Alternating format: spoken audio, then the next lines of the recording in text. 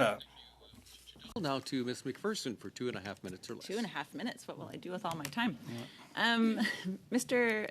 Vigneault, I'm going to ask a question. You were just talking a little bit about security legislation in Canada, and I know that the Foreign Investment Promotion and Protection Agreement, or the FIPA, locked us into a 31-year deal to protect Chinese investments in Canada. And I know that in theory there is a provision for the Canadian government to block investments due to security concerns. However, of course, it was such a ridiculous mess with regards to Huawei, and could in fact take between 5 and 10 years. Do you believe that the FIPA has made it more difficult for Canada to push back on national security threats coming from the Chinese government? Mr. Chair, thank you for the question. Ms. McPherson, I'm not an expert on FIPA, but what I can tell you is over the last number of years, we have seen how effective the tools under the Investment Canada Act have been to counter investment in Canada that have been or could be detrimental to our national security.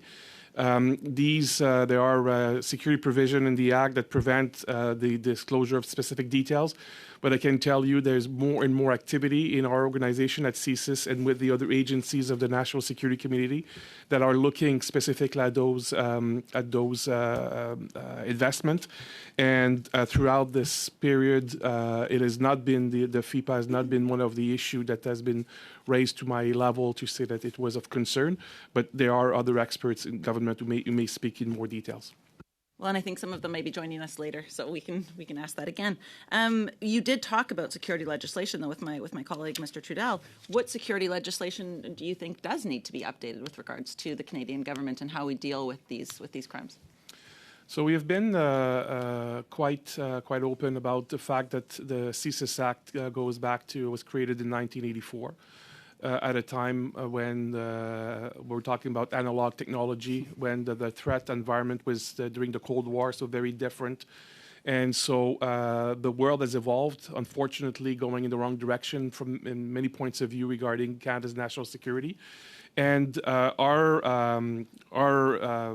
effort has been to generate a mature discussion with the government, with Canadians, to make sure that more people are involved. That's why, for example, CSIS and I personally have been engaged in making more public speeches, engaging with communities like universities, business sector, marginalized communities, to essentially talk about the fact that national security in our country should not be a zero-sum game, that we should be able to have both the right tools and the right legislation to protect Canadians while at the same time protecting their privacy and their security interests. So that has been the focus of our efforts. And you're not sure that we have that in place right now. Thank you. Thank you, Ms. McPherson.